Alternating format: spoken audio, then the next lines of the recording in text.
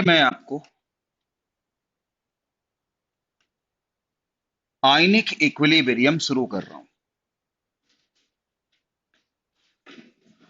बेटा, अगर इसको मैं कम शब्दों में आपके सामने रखूं तो ये कहा जाता है कि इस चैप्टर में जान है।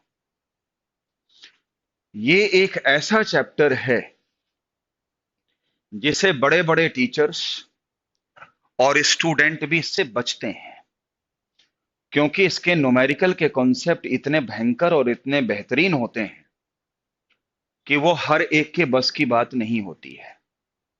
आप लोग भी 11th 12th करके आ रहे हो और उसके बाद ड्रॉपर की बैच में बैठे हो, राइट?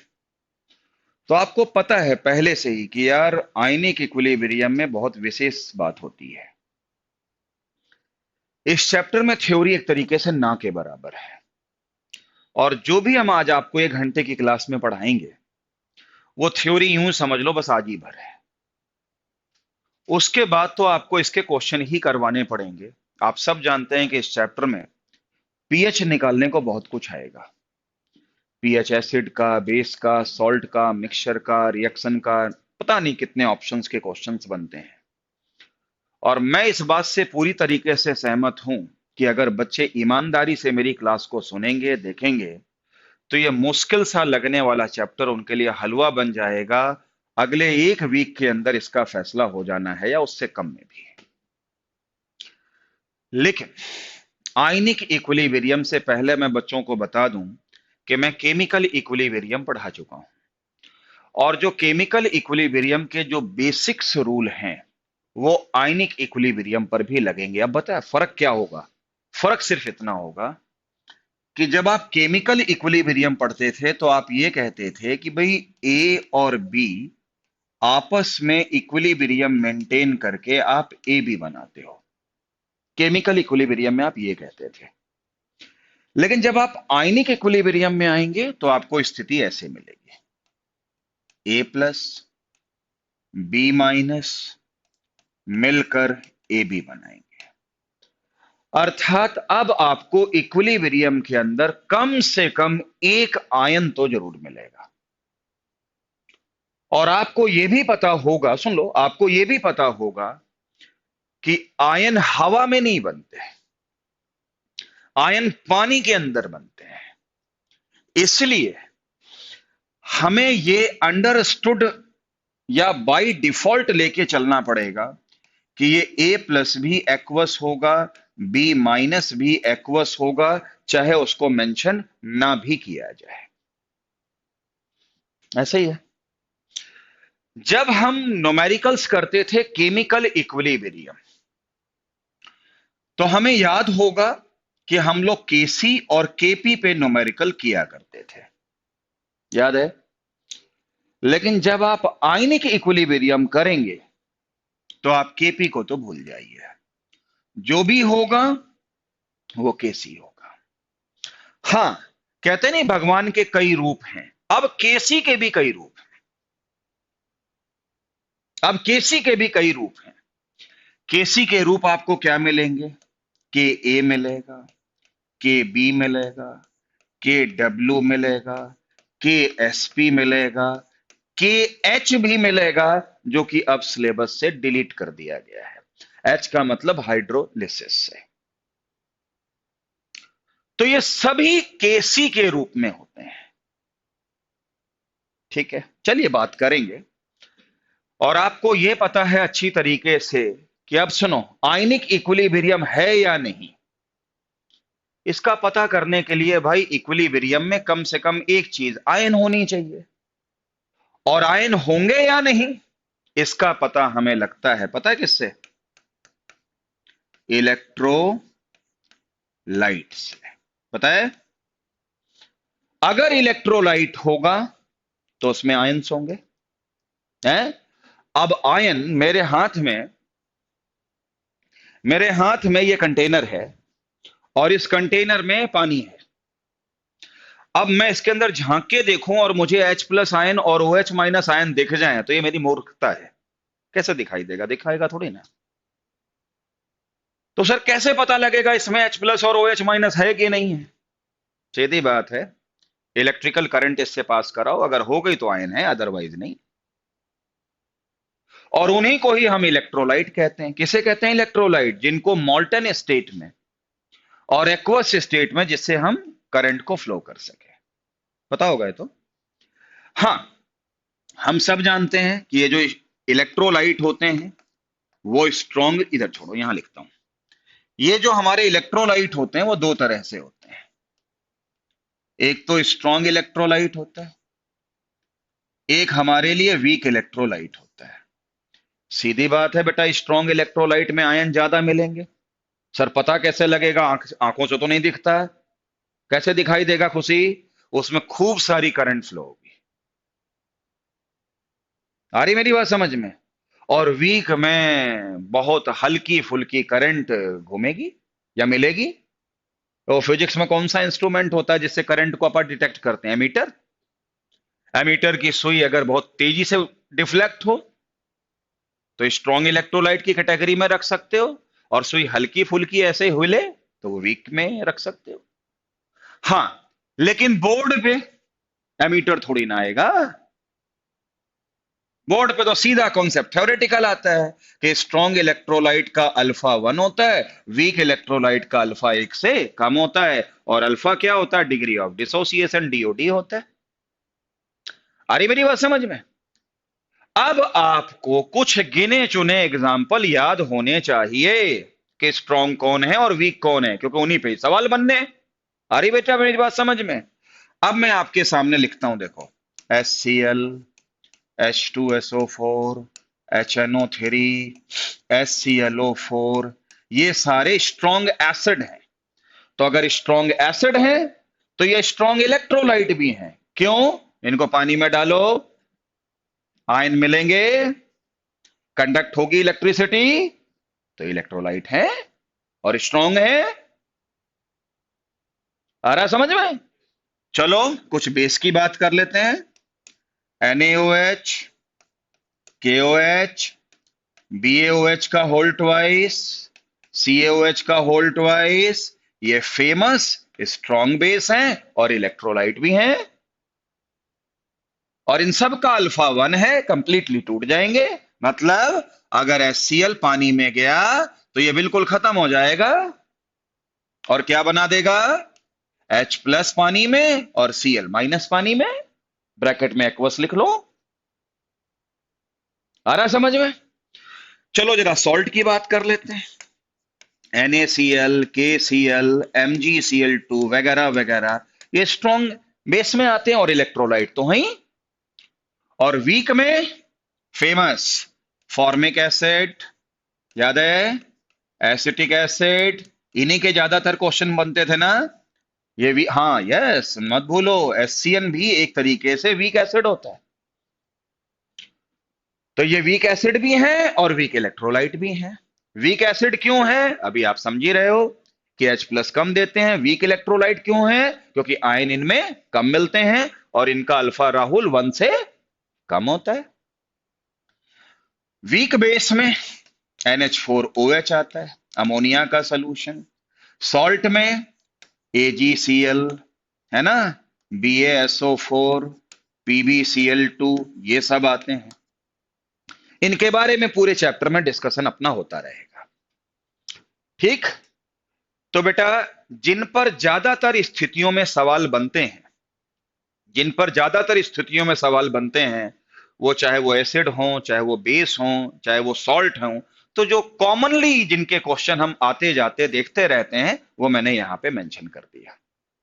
सब तो नहीं मेंशन किया, लेकिन बीच बीच में कोई नया आ जाएगा तो मैं बता दूंगा आपको कि ये वीक है या स्ट्रांग है, अपने आप पता लगता रहेगा। भाई जी, अब सुनो। अभी अभी आपने देखा कि ये जो वीक इलेक्ट्रोलाइट है, वो जो स्ट्रांग इलेक्ट्रोलाइट है, वो अपने आप में 3 कैटेगरी में है। एसिड है, बेस है और सॉल्ट है ना? तो हमें ये जानना पड़ेगा कि एसिड कौन होते हैं, बेस कौन होते हैं, सॉल्ट कौन होते हैं। और उसको समझाने के लिए दुनिया में थ्योरीज तो बहुत आ चुकी हैं, बट इन दिस चैप्टर हम डिस्कस करेंगे ओनली कितनी थ्योरी? 3। याद है पहली थ्योरी कौन सी होती थी? आर्हीनियस। दूसरी लॉरी ब्रॉन्स्टेड, तीसरी लुइस। हाँ, मैं एक चीज आपको और बता दूं बेटा, इस चैप्टर में आपका लुइस के कोई क्वेश्चन नहीं मिलेंगे। इस चैप्टर के न्यूमेरिकल पॉइंट ऑफ व्यू से दो ही थ्योरी इंपॉर्टेंट है, एक तो आर्हीनियस और एक लॉरी ब्रॉन्स्टेड। लुइस बहुत इंपॉर्टेंट है लेकिन इस चैप्टर में नहीं है, इसके क्वेश्चन नहीं मिलेंगे, लेकिन पढ़ाई तीन हो जाते हैं। क्या बेटा तीन ही थ्योरी होती है एसिड बेस की? नहीं, 70-80 थ्योरी होती हैं, लेकिन अपने को इन तीन थ्योरी के बारे में पढ़ना है और इस चैप्टर के हिसाब से पहले दो को खास तौर पे पढ़ना है। ठीक, चलिए शुरुआत करते हैं। आर्हीनियस थ्योरी सबसे पहले मैं लेकर आता हूं। आर्हीनियस थ्योरी, और इस थ्योरी के अकॉर्डिंग एसिड कौन है, बेस कौन है, सॉल्ट कौन है, ये जानकारी मैं आपको शॉर्टकट में बताऊंगा। क्योंकि आप लोग पढ़े लिखे इंसान हैं, तो बिल्कुल 11th की तरीके से कराएंगे तो समय ज्यादा लग जाएगा, है ना।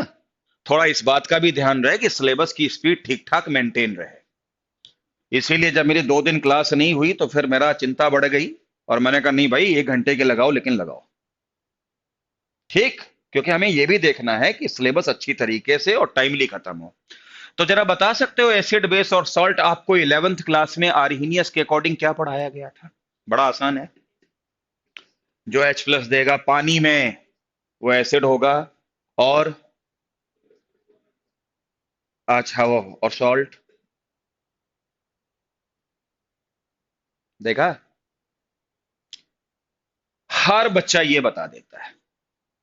आपको अगर सर ये कोई आपने सवाल पूछा है तो बहुत आसान है, लेकिन सॉल्ट के बारे में आर्हीनियस क्या बोलते हैं ये तो एनसीईआरटी में भी नहीं लिखा है। क्या? जो एसिड और बेस मिलकर बना हो। हाँ, ये देखो कुछ हद तक तो ठीक है, मैंने मना नहीं कर रहा हूं, लेकिन मैं एक आसान रास्ता बताऊं जिससे आप तुरंत पहचान लोगे कि वो सॉल्ट है कि नहीं है। ठीक है, जो पानी में सिर्फ H प्लस दे वो एसिड है। जो पानी में सिर्फ क्या, मतलब ये ऐसे मैं ऐसे कहूंगा, जो पानी में सिर्फ एक ही तरह का H प्लस दे दे या एक ही H प्लस दे दे वो एसिड है, जो एक ही OH माइनस दे दे वो क्या है, बेस है। लेकिन जो पानी में जाने के बाद H प्लस के अलावा कोई और कैटायन दे दे, कोई और कैटायन दे दे, समझ में आया कि नहीं आया? नहीं आया समझ में, वो एक सॉल्ट की कैटेगरी में आ सकता है। तो पहले एक बात बताओ, एसिड क्या देता है? ओनली क्या, H पॉजिटिव इन वाटर। मेरी बात समझ में आ रही, मैं क्या कहने की कोशिश कर रहा हूं? बेटा बेस कौन है? Give only OH minus in water. ठीक है बेटा, ये बताओ ये कैटायन है कि एनायन है? ये कैटायन है कि एनायन है? सुनो, सॉल्ट पता किसे कहते हैं? जो H प्लस के अलावा कोई और कैटायन दे, और सॉल्ट उसको भी कहते हैं जो OH माइनस के अलावा कोई और एनायन दे। ये एनसीईआरटी पे भी नहीं लिखा हुआ है। मतलब अदर देन कौन, H प्लस और OH minus, they give different cation and anion, different cation and anion. ठीक है बेटा, आ गया समझ में? अब मैं आपको एग्जांपल देता हूं, बेटा इधर आओ। HCl को पानी में डालो, पानी मतलब एक्वस, पानी में गया तो H प्लस और क्या मिला बोलो, Cl माइनस। बताओ कैटायन कौन सा मिला? H प्लस मिला, कंपाउंड कौन सा होगा? एसिड। NaOH को पानी में डालो, क्या मिलेगा? Na प्लस और OH माइनस। OH माइनस मिल गया तो क्या हो गया? बेस। राइट है। लेकिन NaCl को पानी में डालो, मुझे क्या मिलेगा? Na प्लस और क्या बेटा? Cl माइनस मिला। क्या मुझे अदर देन H प्लस और OH माइनस कैटाइन और एनाइन मिले कि नहीं मिले? तो आर्हीनियस कॉन्सेप्ट के अकॉर्डिंग ये सॉल्ट है।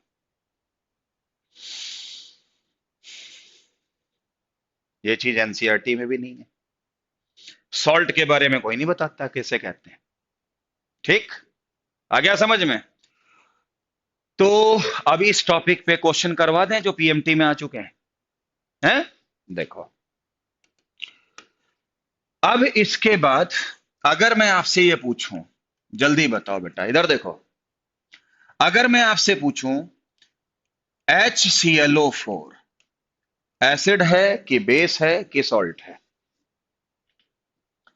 H प्लस मिलेगा, सोचना ही नहीं। ये कंपाउंड क्या होगा? एसिड होगा। सही है। कैल्शियम हाइड्रोक्साइड, बताओ, बहुत आसान सवाल है। बेस है। ओके, हो गया बेटा? है। MgCl2, जल्दी बोलो। है ना H प्लस ना OH माइनस, लेकिन दूसरा H प्लस दूसरा माइनस, तो डेफिनेटली क्या हो गया? सॉल्ट। रुक जाओ, क्वेश्चन में अब ट्विस्ट आएगा। NaHCO3, रुक जा बेटा, HSO4, ये सब क्वेश्चन आ चुके हैं। Na2HPO4, NaH2PO2, Na और 2HPO3 पीएमटी में आ चुके हैं कि ये क्या है? रुक जाओ रुक जाओ रुक जाओ रुक जाओ रुक जाओ रुक जाओ रुक जाओ रुक जाओ बेटा, रुक जाओ। NaSCO3 बताओ क्या है? एक और लिख लेता हूं, इससे पूरा कोरम पूरा हो जाएगा। कोरम वो होता है जिसमें हर वैरायटी के क्वेश्चन शामिल हो गए। चलो, NaSCO3 बताओ भाई रोहित, ये सब सवाल पूछे जाते हैं कि ये बंदा क्या है इन वाटर। सॉल्ट है। देखो, अगर मैं NaHCO3 को तोड़ दूं, ठीक है, तो ये मुझे Na प्लस देगा, H प्लस देगा, और अगर मैं गलत नहीं हूं तो CO3 2 माइनस देगा। देखो, मैंने कोई गलती करी हो तो बताओ। ठीक काम किया है। देखो, ये कंपाउंड सिर्फ एसिड तब होता जब ये सिर्फ कैटायन एक देता और वो H प्लस होता। तो ये कंपाउंड एसिड हो गया।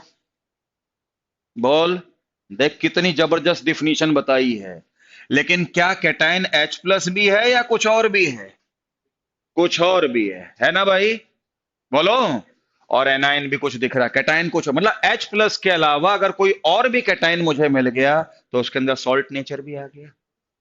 तो क्या मैं इस कंपाउंड को ये नहीं कहूंगा? नहीं आया समझ में? सिर्फ H प्लस मिलता एसिड, H प्लस के अलावा कोई और कैटायन भी मिल रहा है तो सॉल्ट भी है। तो ये एसिडिक सॉल्ट है। कभी गौर किया है पीएमटी के क्वेश्चन करते हुए पूछते नहीं है कौन सा कंपाउंड एसिडिक सॉल्ट है, कौन सा कंपाउंड बेसिक सॉल्ट है, कौन सा कंपाउंड। अब जैसे MgCl2, क्या इसमें H प्लस भी मिला? क्या इसमें OH माइनस भी मिला? लेकिन अदर देन H प्लस और OH माइनस कैटायन एनायन मिले? बोलो भाई। तो इसको हमने सिंपल सॉल्ट बोल दिया। आया समझ में? तो ये कौन सा सॉल्ट हुआ?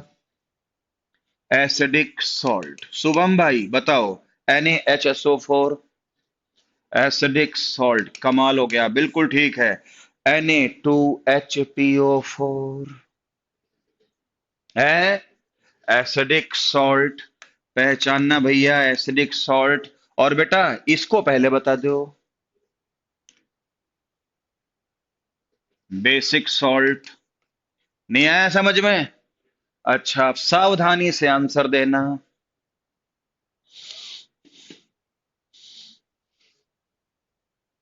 सिंपल सॉल्ट H तो है, लेकिन सिंपल सॉल्ट कैसे है बताता हूं आपको। +1 में आप लोगों ने एक चीज जरूर पढ़ी होगी, मैं आपको बताता हूं। S3PO4, S3PO3, S3PO2 पढ़ा है ना बेटा? ये 3 कंपाउंड फेमसली आते थे, और इनके एन फैक्टर में ये एसिड है ना, इनकी बेसिसिटी में बड़ा पंगा रहता था, है ना?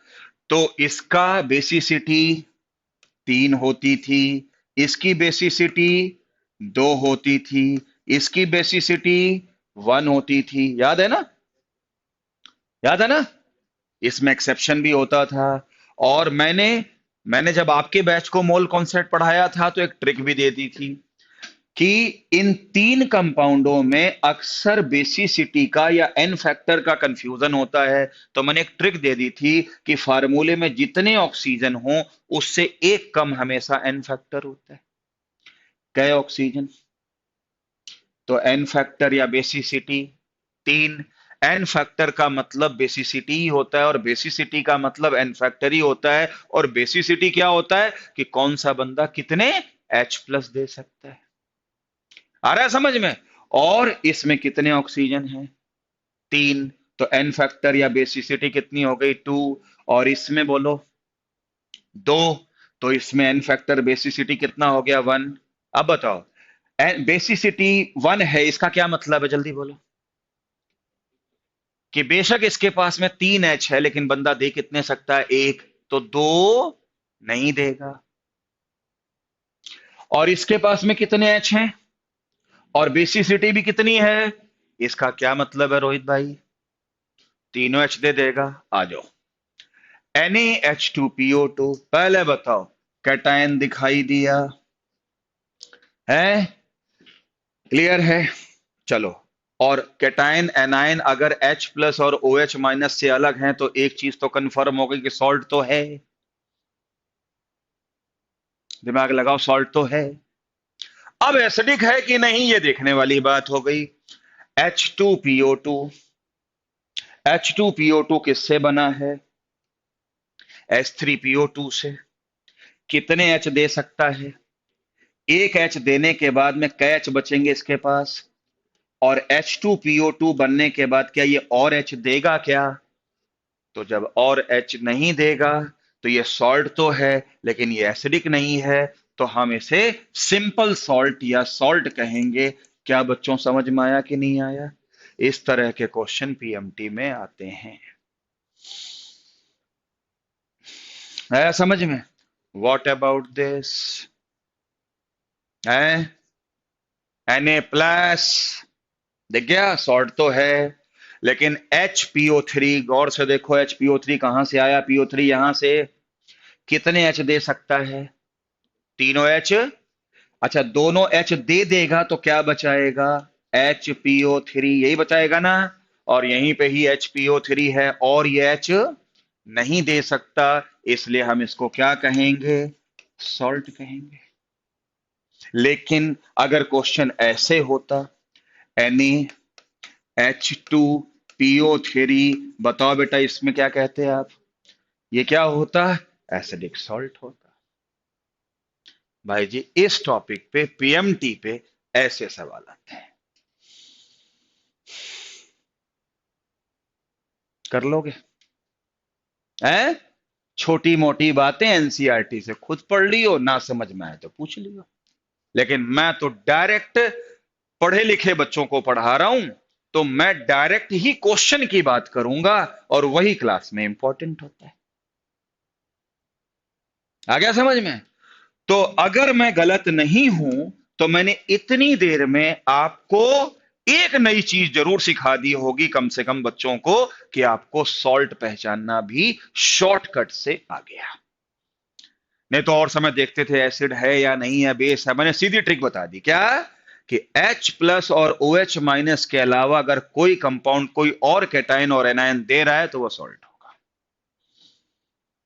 इससे आसान तो क्या दिया जा सकता है आपको? आ गया? चलिए, अब इसके बाद में जो सेकंड थ्योरी है, अब उस पे चलते हैं। उसको हम कहते हैं क्या बेटा? लॉरी, आगे बोलो, ब्रॉन्स्टेड थ्योरी।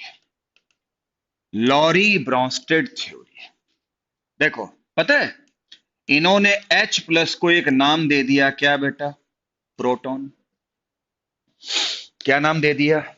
प्रोटॉन। एक बात और सुनो बेटा, H प्लस इतना छोटा होता है, इतना छोटा होता है कि वो इंडिपेंडेंटली एग्जिस्ट कर ही नहीं सकता। इसीलिए अगर H प्लस कभी भी पानी में आएगा तो पानी उससे दोस्ती करके उसको घेर लेगा और पानी के N मॉलिक्यूल्स उससे जुड़ जाएंगे। H प्लस को अगर जिंदा रखना है, पकड़ के रखना है, तो पानी के अंदर रह सकता है। तो पानी के कै मॉलिक्यूल इसको पकड़ लेंगे? पता नहीं, N। अब N की वैल्यू लाखों, करोड़ों, मिलियन, ट्रिलियन, बिलियन कुछ भी हो सकता है, उसका तो पता नहीं, लेकिन यह पता है कि N की मिनिमम वैल्यू क्या हो सकती है, भी 1 से कम क्या होगा। इसीलिए H प्लस को जब एक वाटर के साथ में जोड़कर लिखा जाता है तो उसको क्या बोलते हैं?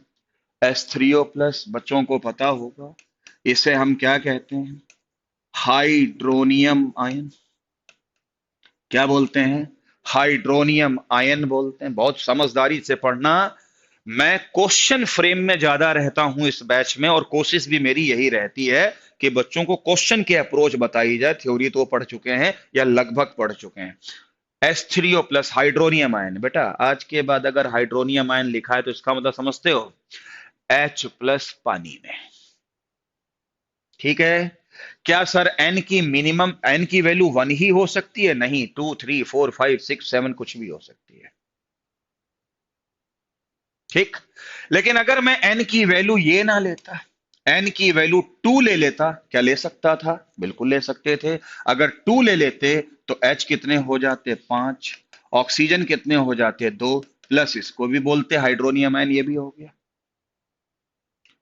तो पानी के अंदर H प्लस इस रूप में भी रह सकता है, इस रूप में भी रह सकता है, और आगे किसी और रूप में भी रह सकता है। तो इस थ्योरी में H प्लस को क्या बोला गया बेटा? प्रोटॉन। और ये बेसिकली H प्लस ही होता है, बस फर्क सिर्फ इनके कॉन्सेप्ट में ये होता है। देखो, एसिड वो होते हैं जो H प्लस डोनेट करते हैं। मैं प्रोटॉन नहीं लिख रहा हूं, ठीक है? मैं H प्लस की भाषा में बात कर रहा हूं। ये तो समझ गए होगे ना H प्लस को प्रोटॉन क्यों कहा जाता है? सिंपल बताऊं कैसे? एक H में कितने इलेक्ट्रॉन और कितने प्रोटॉन होते हैं? एक इलेक्ट्रॉन, एक प्रोटॉन। H प्लस में क्या बचे? एक प्रोटॉन। तो क्या मैं H प्लस को सिंपली प्रोटॉन नहीं कह सकता हूं? लेकिन प्रोटॉन से थोड़ा टॉपिक भटक जाता है, तो मैं एसिड को कहेंगे, क्या कहेंगे? H प्लस डोनेट करता है। बेस कौन होता है? जो H प्लस एक्सेप्ट करता है। रुक जाओ भाई, रुक जाओ। और पता है इन्होंने क्या कहा? इन्होंने ये कहा कि एसिड बेस जो होता है वो रिलेटिव और रिवर्सिबल कॉन्सेप्ट होता है। क्या बोला इन्होंने? बहुत शॉर्टकट में लिख दिया। एसिड क्या होता है इस थ्योरी के अकॉर्डिंग? जो H प्लस देता है। बेस कौन होता है? जो H प्लस लेता है। और पता है इस बात में बड़ी गंभीरता छुपी हुई है कि इस थ्योरी के अकॉर्डिंग एसिड बेस एक रिलेटिव कॉन्सेप्ट होता है। मतलब समझे? मैं H प्लस दूं, सामने वाला ना ले, तो मैं एसिड नहीं हूं। मैं एसिड तब हूं जब मेरे H प्लस को दूसरा एक्सेप्ट कर ले। पिछली थ्योरी रिलेटिव नहीं थी, वो कहता जिसने H प्लस दे दिया वो एसिड है, जिसने OH माइनस दे दिया वो बेस है। ये थ्योरी कहते हैं ना, ऐसा नहीं। H प्लस देने के साथ में एक्सेप्ट भी होना चाहिए। इसीलिए कॉन्सेप्ट रिलेटिव होता है और रिवर्सिबल होता है, यानी रिएक्शन आगे भी जा सकती है, पीछे भी जा सकती है। ये फर्क है अप्रोच में। ठीक, और एक चीज आपको और समझ में आ गया होगा, ऐसे क्वेश्चन पीएमटी में और पूछे जाते हैं।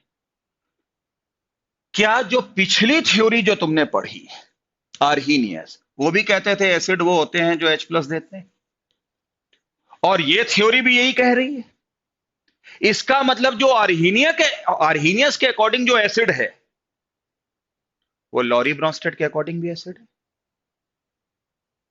है। तो चलिए अभी सवाल करेंगे, लेकिन बात तो समझ में आ गई। अब मैं कुछ एग्जांपल आपके सामने रखता हूं। देखो, HCl को पानी में डालो, क्या होता है? HCl पानी को H प्लस देता है, वो H3O प्लस बनाता है और Cl माइनस बनाता है। कुछ और एग्जांपल देखो, अगर मैं अमोनिया के सामने पानी डाल दूं, ठीक है बेटा, तो क्या मैं देखता हूं H प्लस अब की बार पानी देता है और वो मुझे क्या देगा? NH4 प्लस और OH माइनस। इसी प्रकार से अगर मैं CH3COOH को पानी में डाल दूं बच्चों, तो मैं क्या देखता हूं कि ये बंदा इसको H प्लस देता है और ये बनाता है H3O प्लस, और दूसरा बनाता है क्या बेटा? CH3CO minus.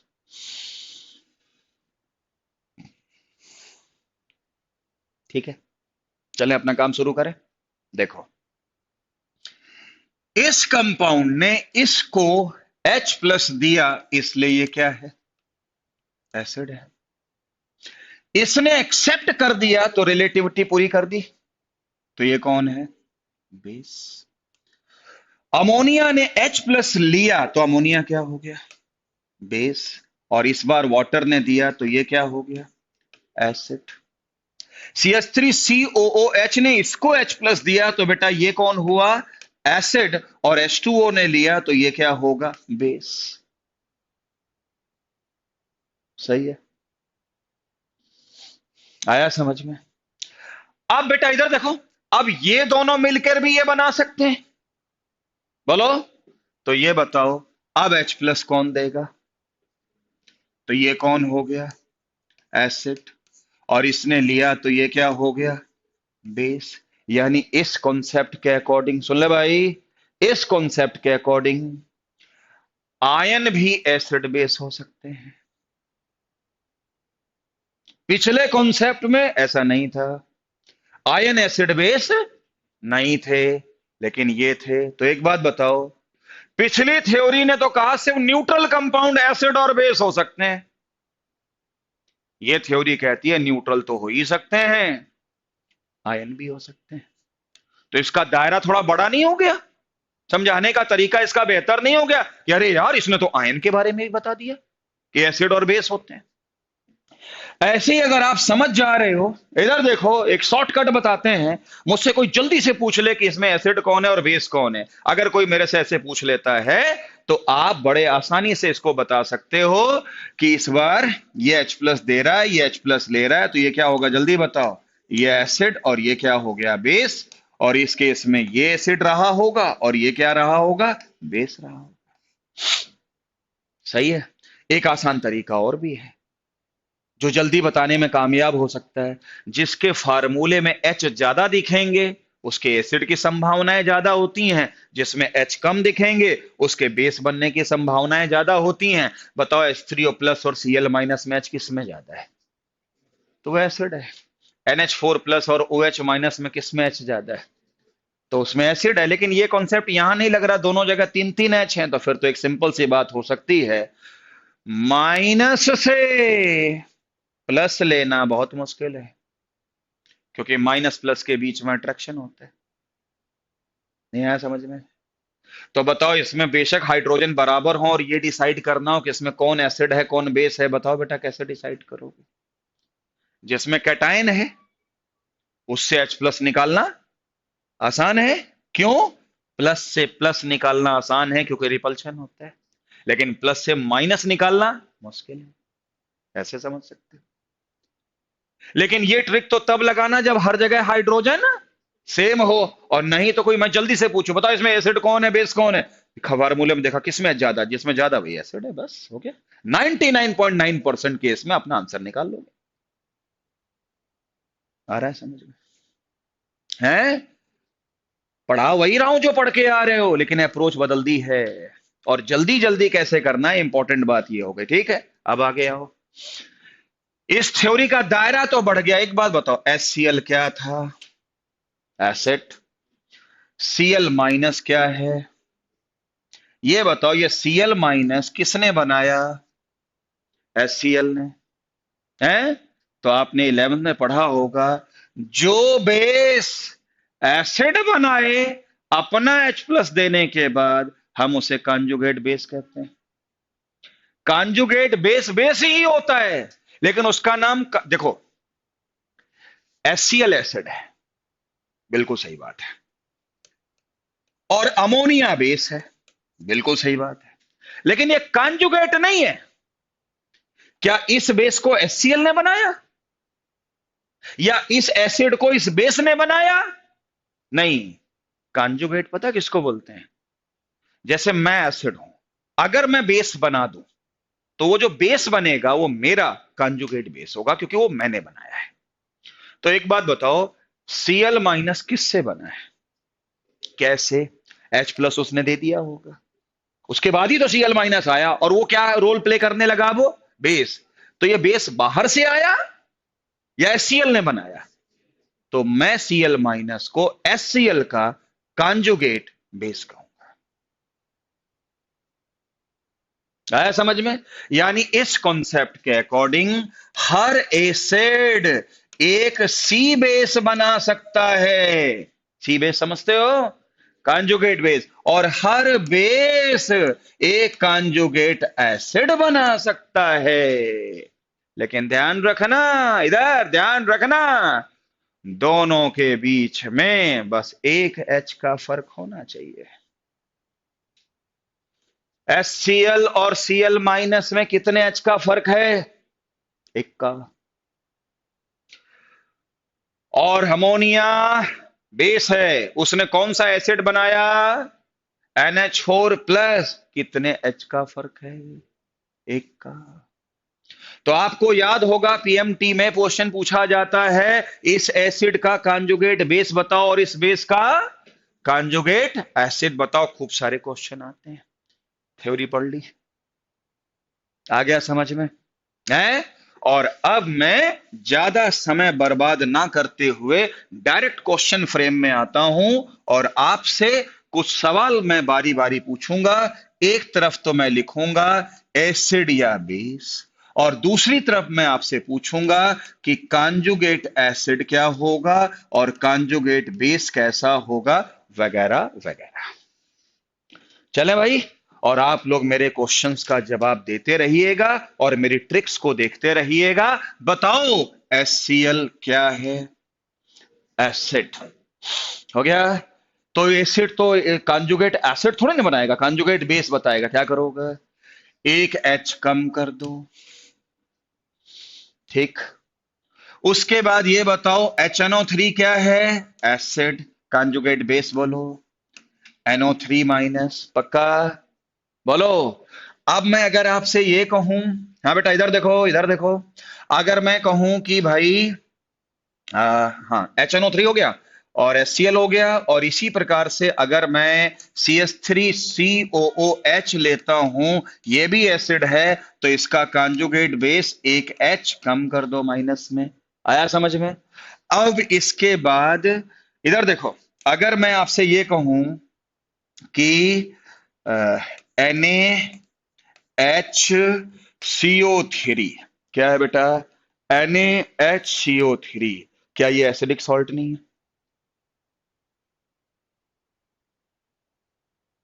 नहीं है क्या एसिडिक सॉल्ट? है? पक्का है यानी एसिडिक है? तो इसका कॉन्जुगेट बेस क्या होगा? रुको, ये है एसिडिक सॉल्ट, बोलो बेटा, तो इसका कॉन्जुगेट बेस वाला सॉल्ट क्या होगा?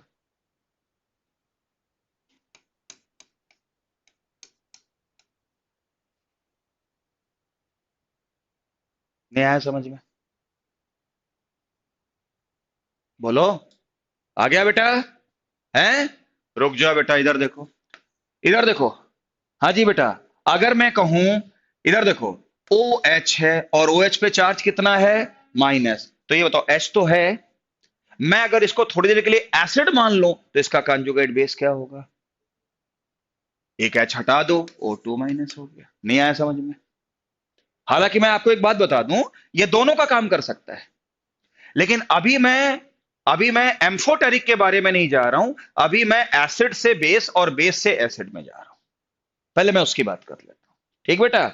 अब जरा एक बात बताओ, अगर मैं इसी में ही कुछ एग्जाम्पल आपके सामने रखूं, H2S एसिड है, कॉन्जुगेट बेस बोलो, है HS माइनस। ठीक है, अब मैं आपके सामने लिखता हूं, क्या H2SO4 का कॉन्जुगेट बेस SO4 2 माइनस है?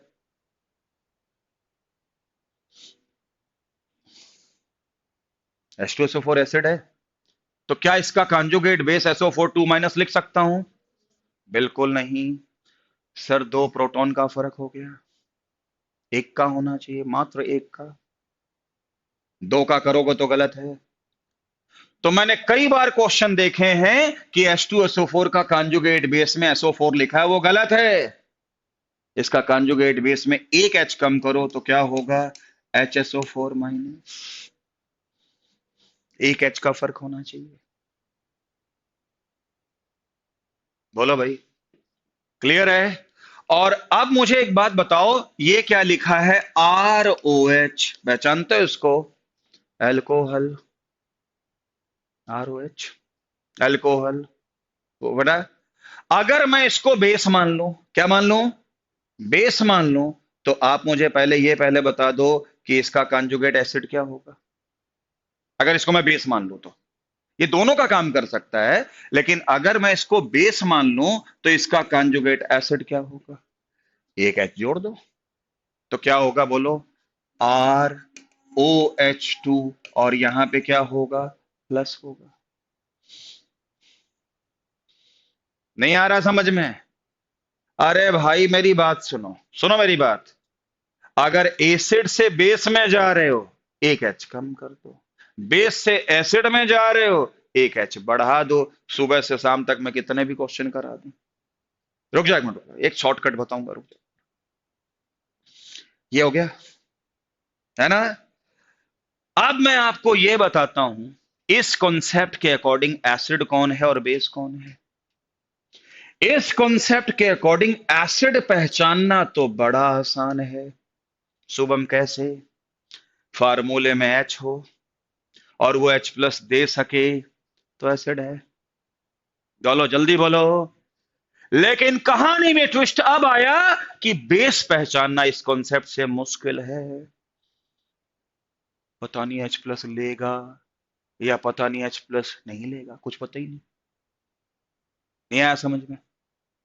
इस कॉन्सेप्ट के अकॉर्डिंग एसिड पहचानना बहुत मुश्किल नहीं है, लेकिन बेस पहचानना उतना ही मुश्किल है। लेकिन टीचर के जब सामने आप खड़े हो, तो वो टीचर का काम होता है कि मुश्किल को आसान बना दे। बताऊं कैसे? आपको कैसे पता लगेगा कि बंदा H प्लस लेगा या नहीं लेगा? क्योंकि लेगा तो बेस है और नहीं लेगा तो बेस नहीं है। मेरी ट्रिक ये है, अगर बंदे के पास में लोन पेयर है तो वो H प्लस लेगा, कंफर्म लेगा, और वो बेस होगा।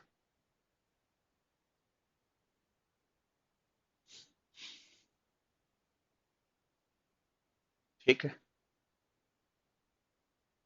ये बहुत इंपॉर्टेंट बातें बताई जा रही हैं आपको इस वक्त, कम से कम इस टॉपिक को लेकर। पढ़ा तो आपने बहुत कुछ होगा, लेकिन इस तरीके से अब पढ़ो। ठीक, तो बेस का इलाज कर दिया ना मैंने। अगर कोई आपसे पूछे कि ये आयन है या ये कंपाउंड है, बताओ ये लॉरी ब्रोंस्टेड के अकॉर्डिंग बेस का काम कर सकते हैं या नहीं? क्या ट्रिक लगाना है? केमिकल बॉन्डिंग पढ़ी है? किस पे लोन पेयर है, किस पे नहीं है, पता है? अगर है तो वो बेस का काम करेगा। जल्दी बोलो। अब मैं आपसे ये कहूं, देखो, इस क्वेश्चन को कराते वक्त मैंने कहा मान लेता हूं कि ये कंपाउंड क्या है? बेस है। कैसे मान लिया? मानने का भी तो कोई आधार होगा, हमें पता है ना। ऐसे मान लिया। और ये एसिड भी है, क्योंकि फार्मूले में एच है और एच मिलता भी है। एच पहचानना वैसे भी आसान है। आया समझ में? है? और सुनो, अगर सिर्फ RO माइनस होता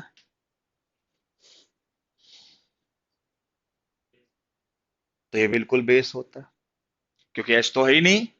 लेकिन जहां माइनस है वहां लोन पेयर है, और जहां लोन पेयर है वहां बेस है। तो अगर ये बेस है रोहित, तो इसका कॉन्जुगेट एसिड बता दे भाई, आर ओ एच होगा। उम्मीद करता हूं कि मेरी बात समझ में आ रही है। एसिड पहचान लिया, बेस पहचान लिया। आपको पता है कुछ ऐसे भी बंदे होते हैं जो दोनों का काम करते हैं, और उनको हम क्या कहते हैं? एम्फोटेरिक। रुक जाओ भाई, रुक जाओ। एम्फोटेरिक। एंड इसी का ही एक नाम और है एम्फीप्रोटिक। एक ही बात है भाई। एम्फीप्रोटिक और एम्फोटेरिक के भी सवाल पूछे जाते हैं। ठीक। अब स्टूडेंट गिने चुने एग्जाम्पल को तो आराम से कर लेता है, लेकिन जहां दाएं बाएं घुमाया वहीं गड़बड़ेशन शुरू। ये तो चलो आपका मेडिकल का एग्जाम है, तो मेडिकल में तो बाई डिफॉल्ट क्वेश्चन सिंपल से ही आते हैं पेपर के, देखा जाए तो। लेकिन वही आईआईटी एडवांस में बंदा फंसा देता है आपको, और मैं उसी तरीके से बताने की कोशिश कर रहा हूं। आओ भाई, आपको बताना है, मैं एग्जाम्पल दूंगा अपनी मेरी ट्रिक लगाकर, कि आपको यह बताना होगा कि क्या यह कंपाउंड एसिड बेस दोनों का काम कर सकता है कि नहीं। H2O देख कैसे करना है। H2O फार्मूले में H है, H प्लस मिलेगा, एसिड है, ऑक्सीजन पे क्या है? लोन पेयर, बेस भी है। इसका मतलब इसका नेचर, बोलो, एम्फोटेरिक होगा।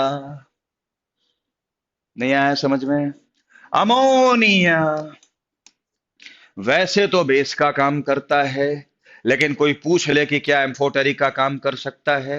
बिल्कुल कर सकता है, क्योंकि फार्मूले में एच भी है, लोन पेयर भी है, तो ये भी एम्फोटेरिक का काम कर सकता है। ये बात अलग है कि ज्यादातर बेस करता हुआ दिखता है, वो एक अलग बात हो गई। आई बात समझ में? अगर मैं सामने अल्कोहल कह दूं, जल्दी बोलो, अल्कोहल एम्फोटेरिक का काम कर सकता है। समझ में आया किस अप्रोच से सॉल्व कर रहा हूं? और इसी प्रकार से अगर मैं कुछ कदम और आगे बढ़ा दूं एम्फोटेरिक के लिए, HCO3 माइनस, माइनस है तो लोन पेयर तो होगा ही, बेस तो होगा ही, फार्मूले में H भी है, तो इसका मतलब ये भी किसका काम करेगा?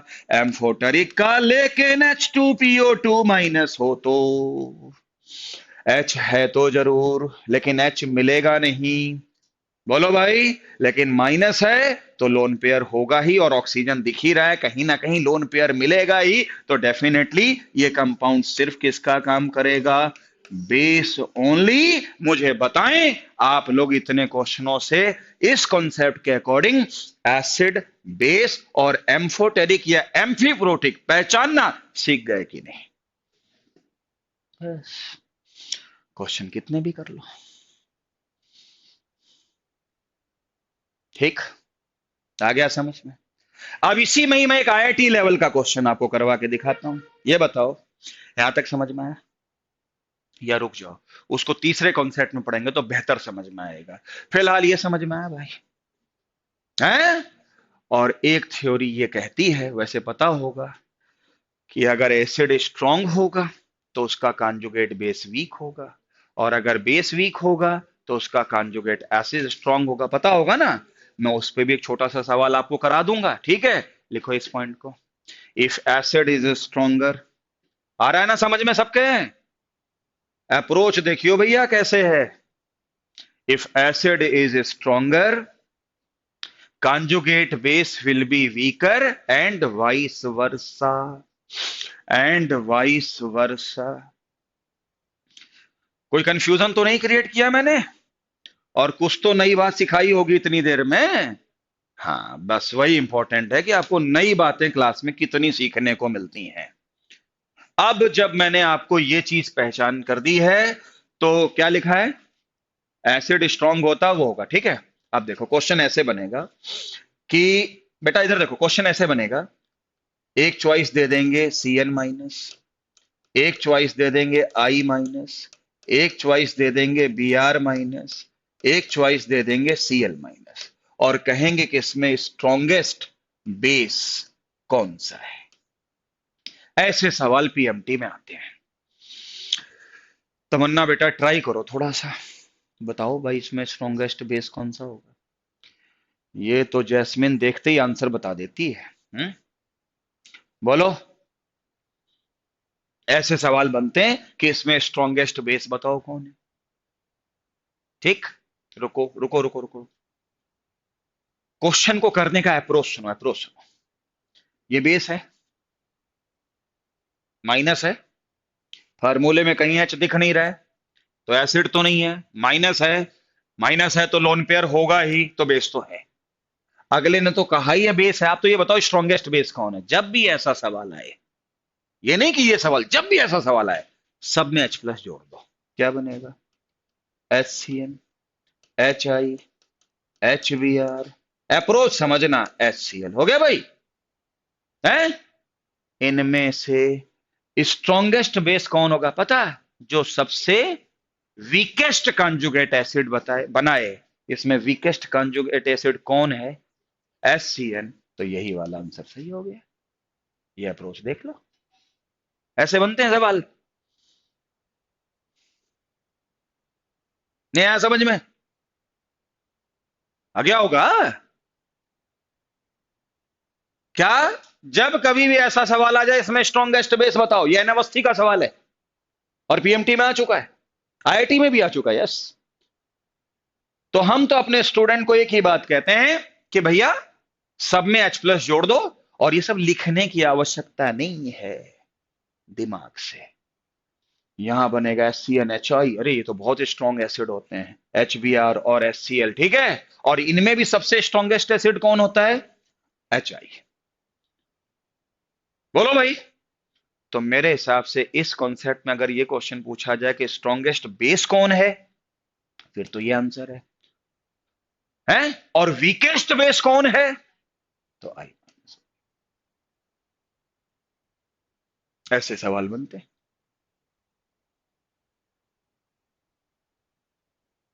आया समझ में?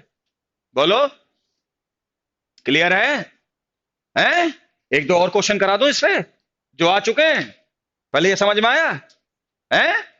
अब मैं एक दो क्वेश्चन आपको ऐसे बता देता हूं। बेटा +2 में आप पी ब्लॉक पढ़ते हैं ना? है?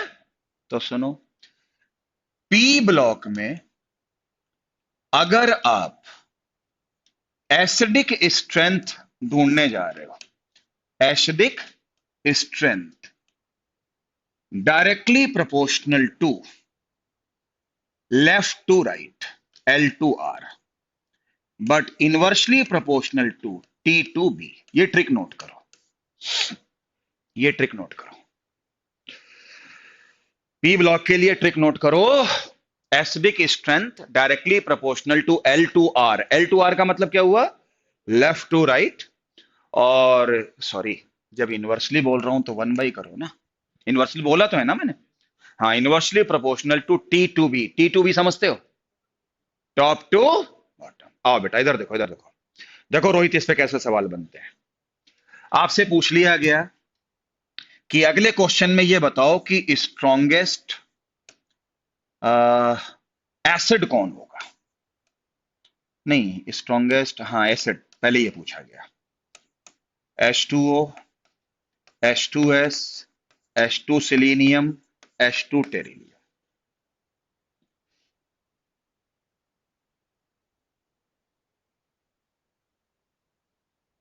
आप लोग सोचो, मैं क्वेश्चन तब तक बनाता हूं। Strongest base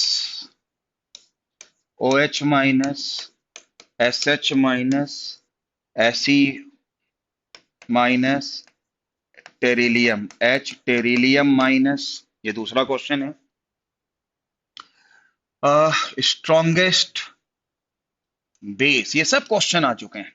strongest base CH3 minus, F minus, NH2 minus, और कौन बचा? OH minus. लो जी, मैंने 3 क्वेश्चन आपके लिए बना दिए, और ये क्वेश्चन बना ही नहीं दिए, ये आपके एग्जाम में आ चुके हैं। बेटा ऑनलाइन स्टूडेंट रिस्पॉन्स करो भाई, समझ में आ रहा है कि नहीं आ रहा है? और इन सब में आपको जवाब देना है कि भैया जी कैसे क्या होगा, कैसे क्या करना है।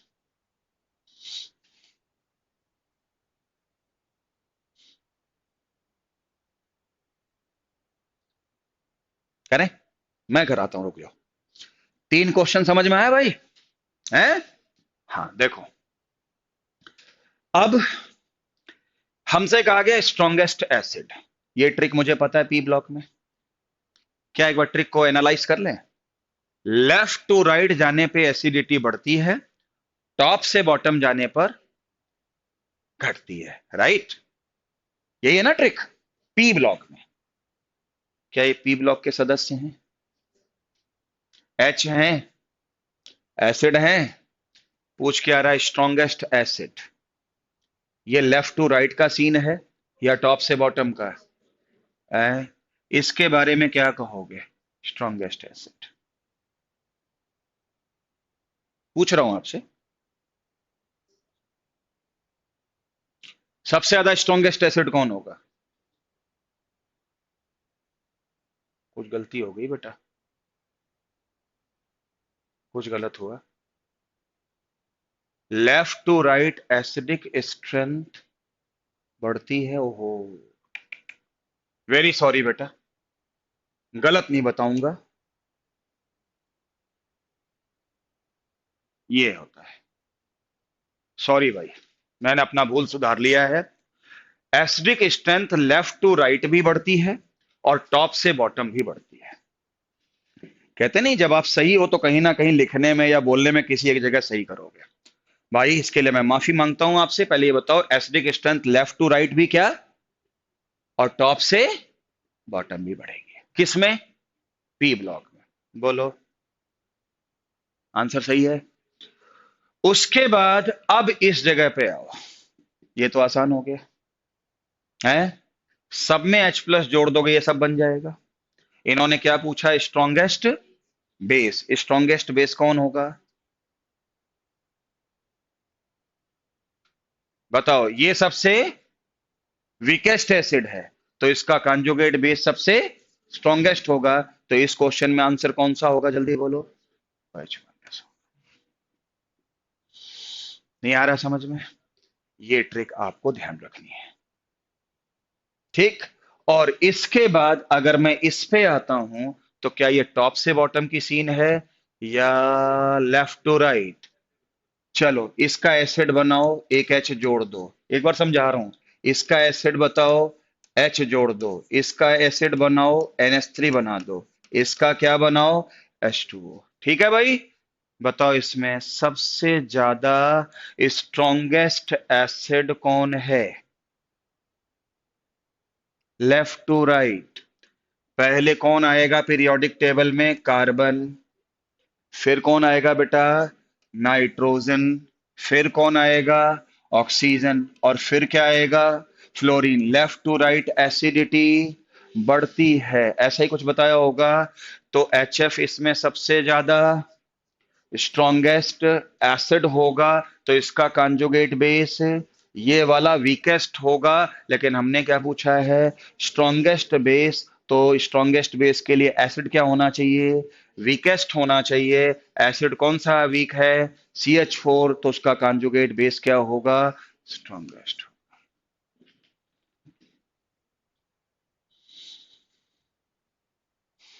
ऐसे करते हैं। मुझे नहीं लगता इससे बाहर का एम्स लेवल में भी कभी बाहर आया होगा। अब तो एम्स और PMT एक ही साथ होते हैं।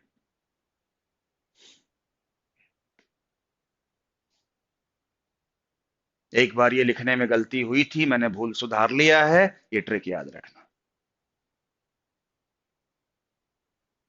आया समझ में? है?